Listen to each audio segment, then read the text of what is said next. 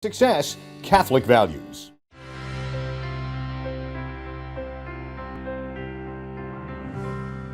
Stay tuned to PBS 39 for a special focus on politics. As Pennsylvanians go to the polls on primary election day, we analyze what the results will mean on the national stage. Our panel of experts look at the close races and hot-button issues. Plus, we examine the role of women in politics right now on Focus. Focus is for our community.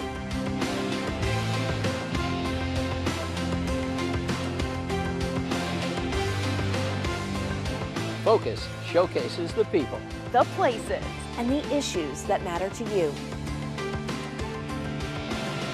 focus on what matters. You never know what you're going to see when you tune into Focus. Support for Focus is provided by Univest, Banking, Insurance, Investments, Fellowship Community, Continuing Care with Spirit, and by viewers like you. Thank you.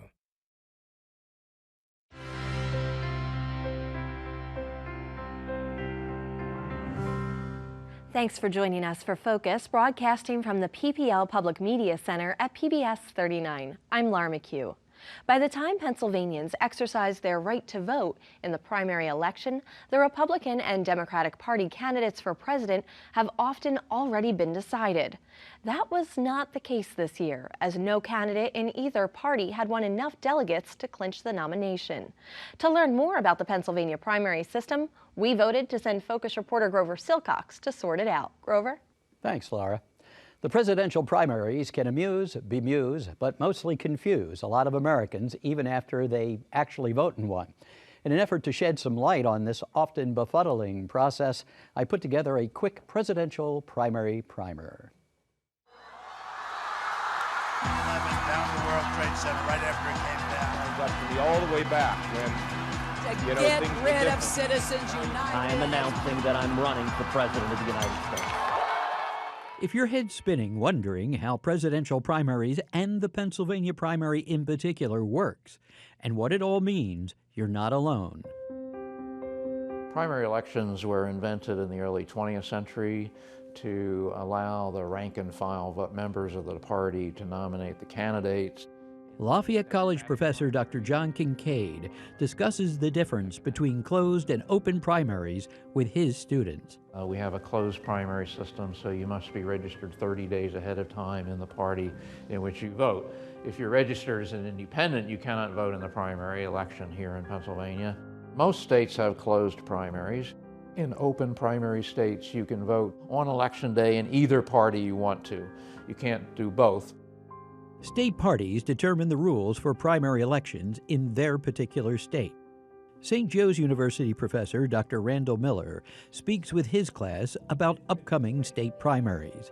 They're very complicated, and in many respects they're purposely complicated because the people who make the rules want to control the process. Some states, such as Iowa, hold what they call caucuses rather than primaries. In the case of caucuses, people actually physically go out to locations, schools, churches, sometimes people's homes, and they give speeches for the different candidates and try to convince delegates to support one or another candidate. And then you do a head count. Basically, you line up for the different candidates. Candidates compete in state primaries to win delegates. They need 50% plus one of their party's total delegates to win the nomination. In Pennsylvania, the Democrats have 210 delegates up for grabs. Thank you, New York! Some of those delegates will be determined in the congressional districts, who wins the congressional district. Hillary or Sanders gets those delegates. And then another set of delegates will be based on the statewide vote, whoever carries the state as a whole. Republican candidates in Pennsylvania are competing for 71 delegates. 17 are set aside. Whoever wins the primary in Pennsylvania, the Republican primary, gets those 17 for the first ballot of the convention. The other 54 are divided up into the 18 congressional districts. Dr. Miller explains, Republican Party members will have to select these 54 delegates, who, unlike most delegates, will go to the party's convention uncommitted to any candidate. What are Democratic superdelegates?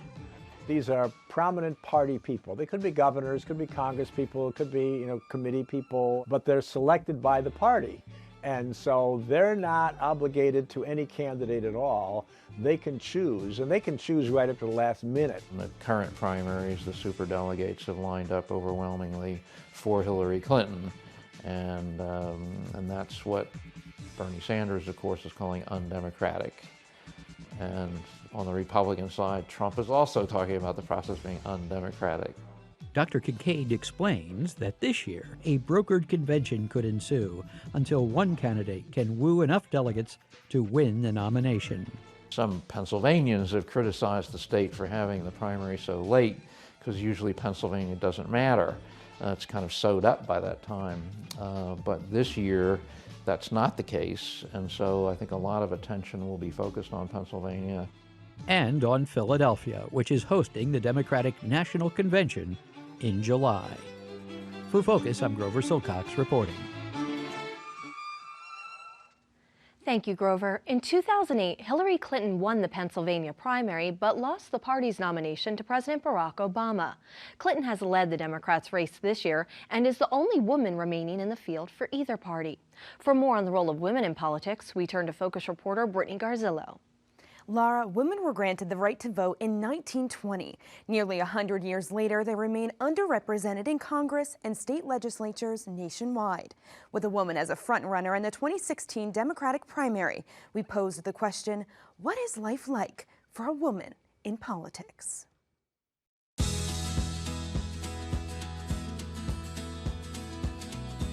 Walk a day in the shoes of State Senator Lisa Boscola and enter the world of a woman in politics. The first time I got here, one of my colleagues comes up to me, pats me on the head, and goes, listen to me, the less you say, the longer you'll stay. I'm like, well, what did I get elected for? Be wallflower? I don't think so. And within 2 weeks, I was up on that House floor talking. On the resolution, Senator Boscola. Thank you, Mr. President. Born and raised in Bethlehem, Senator Boscola was first elected into the Pennsylvania General Assembly in 1994. In my view, we need to invest in education and job training programs. She served 2 terms in the State House of Representatives and today is serving her 5th term as a state senator, representing the 18th District, which includes parts of Lehigh and Northampton counties. It's a stressful job.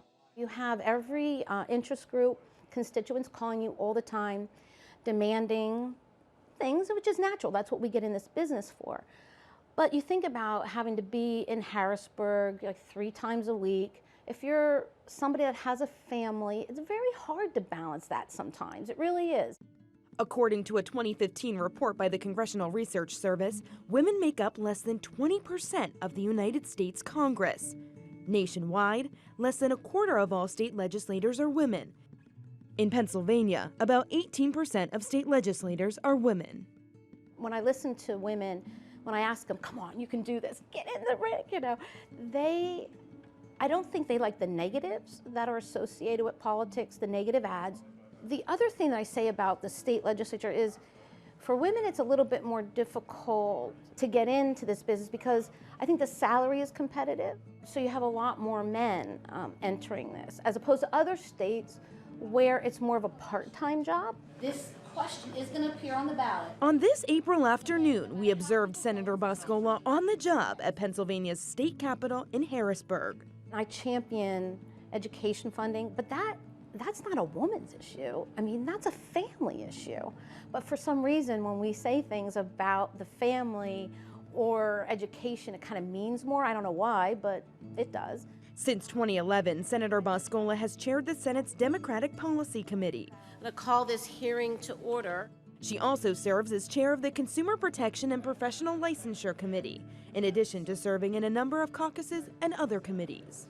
Prior to committee meetings, we asked her to reflect on the challenges women face in politics.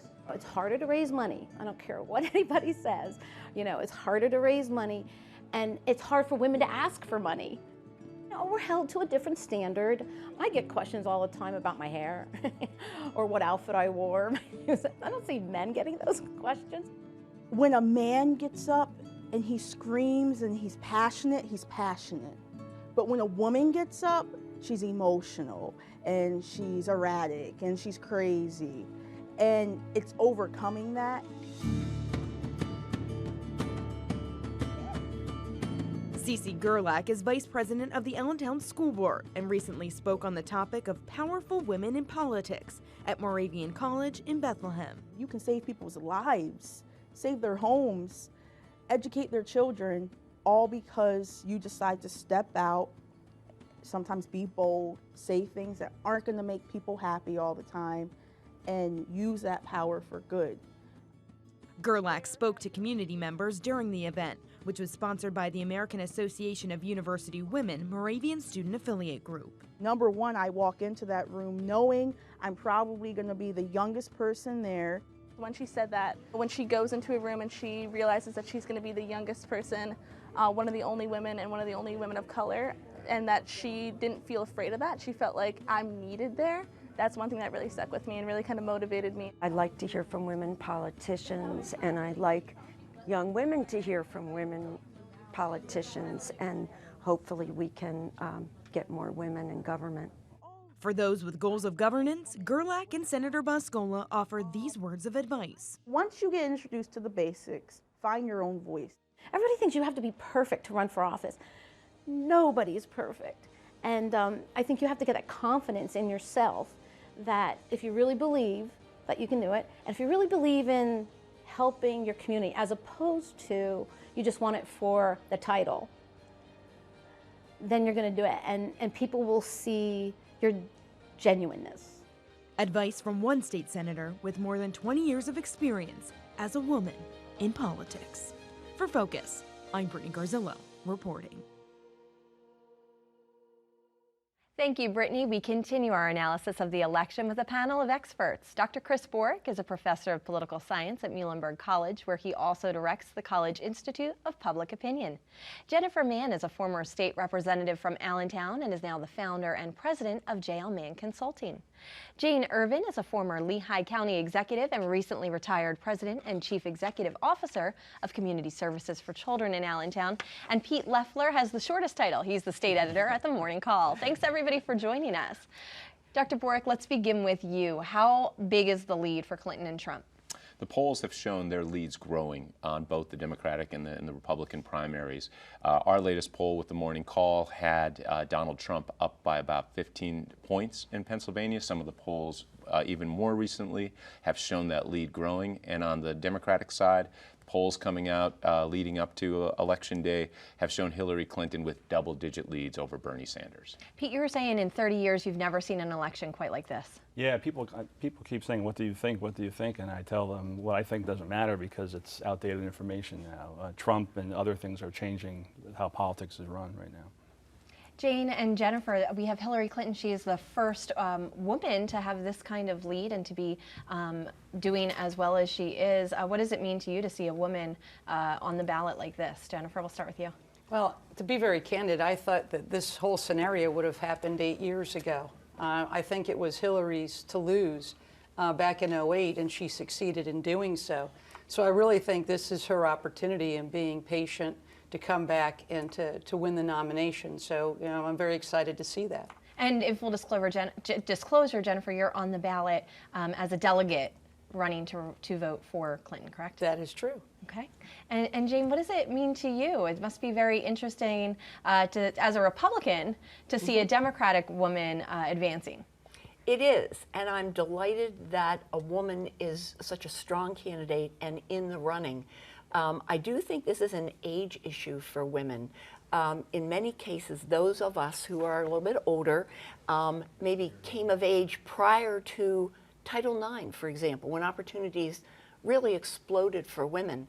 The younger women today have never experienced what it's like to not have opportunities.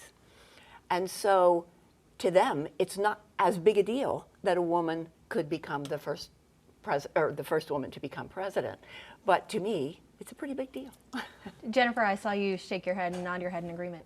Oh, absolutely. I think it is a generational thing in many ways. I think young people would be surprised to realize, you know, it's only about 100 years since women had the right to vote, not even. So that's a big deal. But I think when you're born, whatever it is, whatever the world is when you come into it, we assume it always was that way.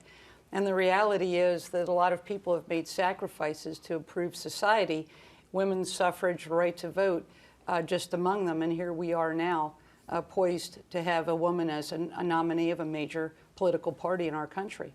So, Chris, let's get back to that. So you said she's poised to be a nominee. What does this election mean for specifically Clinton and Trump? If they win in Pennsylvania, is it a lock? Pennsylvania is very important at this stage of the game. It's the second biggest prize remaining among states that are out there that haven't voted yet. Only California has more delegates, so it's a big state. If Hillary Clinton, who has had a lead in both the superdelegates and the awarded delegates on the Democratic side, could score a big victory here, she only cements both the math and the narrative that she is the ultimate and inevitable candidate here. So Pennsylvania is key in pushing this one step closer to resolution on the Democratic side. Same for Republicans. Donald Trump's trying to get to 1,237 delegates. Pennsylvania has 71 delegates. The way we allocate them is a little bit complex. Nevertheless, if he could score a big victory here, double-digit, 15, 20-point win, it goes a long way to push him to getting to that 1,237 number and maybe avoiding a second ballot in Cleveland at the convention this summer. Pete, I'm looking at you to figure out what the morning call, what other races is the morning call watching in this election? Because we've been talking primarily about the presidential election, but there are several that I'm sure are going to make a big impact. Yeah, there are. There are a number of state races, and there are some here in the Valley. Statewide, we also have a Democratic primary in the U.S. Senate race. Pat Toomey, who's from here, is the incumbent. Three Democrats are trying to unseat him, one a woman. You also have the State Attorney General's race, and it's open on both sides. Kathleen Kane has decided not to run, so open seats always draw a crowd. And then locally, there are a couple of state house seats that are up for grabs. So it's not, there's only about 6 or 8, but there's a lot going on. Mm-hmm. And how closely or how significantly will the outcome of those races, I'm looking at all of you for your input, impact specifically when we're talking about the U.S. Senate race? What impact is that going to have trickling down when we get to the general election? Well, if you think about the situation on the Republican side right now, it basically comes down to Trump and Cruz. Neither of them have tremendous appeal to women. In some cases, there is a small segment of women who are supporting Trump. They are mostly white, mostly older, mostly married. But single women and women in minority groups are not supporting him. So the question becomes, what impact will that have on the woman's vote? And could that have an impact on the Senate race going forward if, for example, a woman is nominated on the Democratic side? So women are going to have a lot to say about what happens not only in Pennsylvania but across the country this year. Yeah, I think Jane makes a great point. Imagine this scenario this fall. Say Kathleen McGinty won the Democratic nomination and Hillary Clinton was the Democratic nominee. So you'd have 2 women at the top of the ticket on the Democratic side in Pennsylvania in a state that has no history of electing women to the U.S. Senate. No governors have been elected, a woman to that office, and none of our 18 members of Congress right now are women. That's a pretty interesting narrative. And then you add on what Jane said. If, say, Donald Trump is on the ballot, he has 75% negatives among women right now. That could be a really dynamic issue in Pennsylvania and nationally this fall. Yeah, everybody's watching. They call it down ballot effect, and they're either bracing or they're kind of salivating over the down ballot effect as Trump remakes the political world as I've known it. I think just in this election for the primary, I think you'll see a larger turnout because of the competitive races for U.S. Senate, Attorney General, and also usually by this point in a presidential election, the nominees are pretty clearly determined, and the turnout tends to be much lighter excuse me, here in Pennsylvania. So I think we're going to see some big numbers when it's all tallied up, that there was a great turnout. And I think that will really carry over into the fall as well.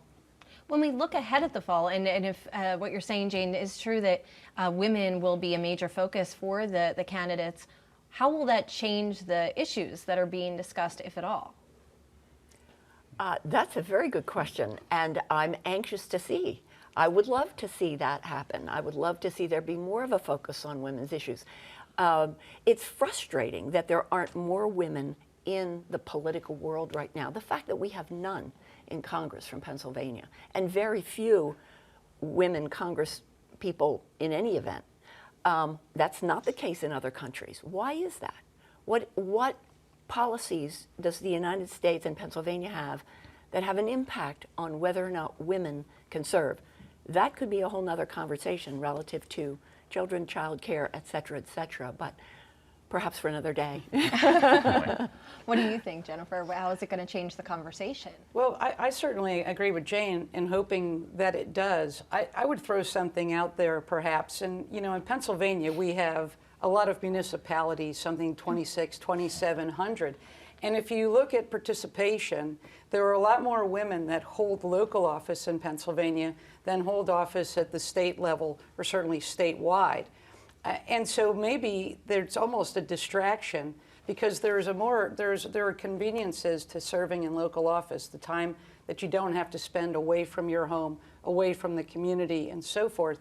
That really has kind of worked against women in Pennsylvania, providing more opportunities to serve in office, but doing so at a local level rather than serving in a state legislature, statewide, or running for federal office. Well, and really, how likely is that to change? Because I believe the latest results I read going into this election had Katie McGinty behind Joe Sestak in the polls for that nomination. Pete? That's right. She, I guess the two latest polls show the gap narrowing, and her camp is certainly pushing that as hard as they can to make it seem, well, they're pushing that as hard as they can. So we'll see how it ends up. But that's There's where a it's lot at of now. undecideds in that race, too. That's right. There's a lot of undecideds going into Election Day. I would add that I think that the fact that the presidential primary and the nomination is not clearly yet Hillary Clinton's could be exactly what Katie McGinty needs in this election to put her over the top to secure the Democratic nomination for the U.S. Senate seat. How do we expect turnout to look as a result of this election and as polls close? Are we expecting to see different numbers than we've typically seen as a result of this excitement? Yeah, I think Jen mentioned that before. We usually don't have anything to vote for in the presidential primaries by the time it gets around to Pennsylvania. We're an afterthought. The election's done. So the only real alternative that we've seen to that is in 2008 when Hillary Clinton and Barack Obama staged an epic battle here for a long time, and you saw a record turnout, well over 50% among Democrats. I don't know if you're going to see that high a level today on Election Day, but you will see probably on the Republican and Democratic sides near record or the highest turnout we've seen in decades. Mm-hmm. The passion seems to be there, and I think we will see with three major candidates on the Republican side. I think you're going to see a lot of people coming out to vote, and we're hoping that that's the case. Historically speaking, why is our primary at the end of April when often the candidacy is locked up for both parties? Anybody want to take a stab at it? Jen. We had talked about this just before going on air. In Pennsylvania, there is a process of securing a certain number of signatures to go on the ballot. You can even say in Lehigh County, for example, in this election, voter registration was delayed in actually printing absentee ballots because there were so many challenges to petitions. They weren't really sure who was going to end up on the ballot. So because of that process, the clock actually starts several months earlier than Election Day. And so you're talking about, to move that primary up, potentially pushing petition nomination, nominating petition circulation back to the holidays or even earlier, possibly to the fall, late fall. So that's always been the hurdle there, but I can assure you it's been discussed many times over the years in Harrisburg. We do, in presidential years, we do cheat up a little bit. You know, normally we have a May primary, I guess, other years, but that's kind of the compromise they've reached. Looking ahead to the general election, will Pennsylvania be a swing state that all eyes are on again? Well, as a political analyst, I hope so. It's a lot more fun when it is. Same as a journalist. I think Donald Trump, let's say Donald Trump was the nominee, he would make it an interesting dynamic in Pennsylvania this time around. He scores well among white working class voters.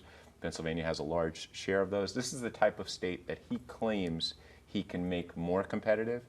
Still be an uphill battle with the Democratic registration advantage in the state, and we haven't seen a Republican win here since 1988. So it would be a reach, but it would be, by all means, very engaging.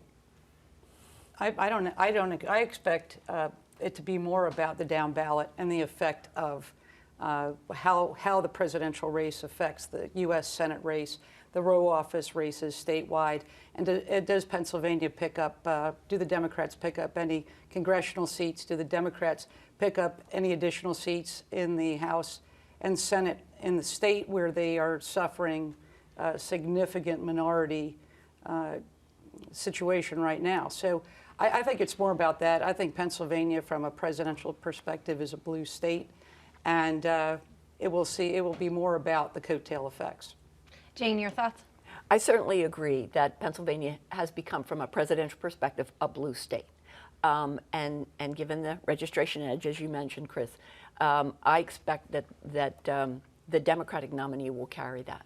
Does that help with state representatives and the Senate race that we're going to face? Time will tell. And final word, Pete? Well, to me, the bottom line is watch the money. On the national level, the big money on the Republican side has built what they're calling a firewall to prevent damage to the U.S. Senate and U.S. House candidates by Trump. So we're a piece of that, and that'll play out nationally. All right. Well, we all look forward to watching the results and hope to hear from you throughout the election. Thank you for joining us. Thank you. And thank you for watching. We'll see you next week. Until then, remember to focus on what matters.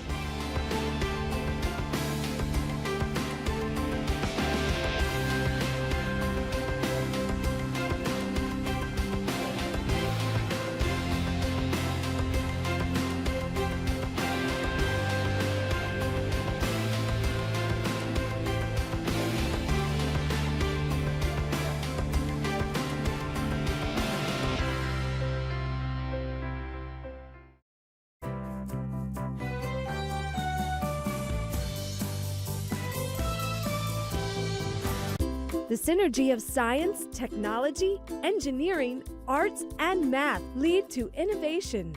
And with innovation, anything is possible. Tune in to PBS 39 weekdays from 2 to 4 p.m. for STEAM programming, where young viewers will learn how the world works and how to become problem solvers. The result? A new generation of innovative leaders.